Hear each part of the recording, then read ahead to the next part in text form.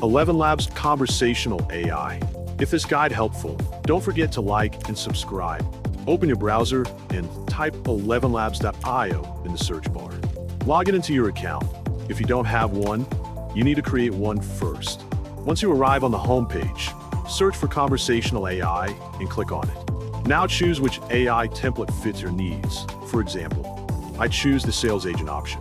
After that, click the Create Agent option to proceed.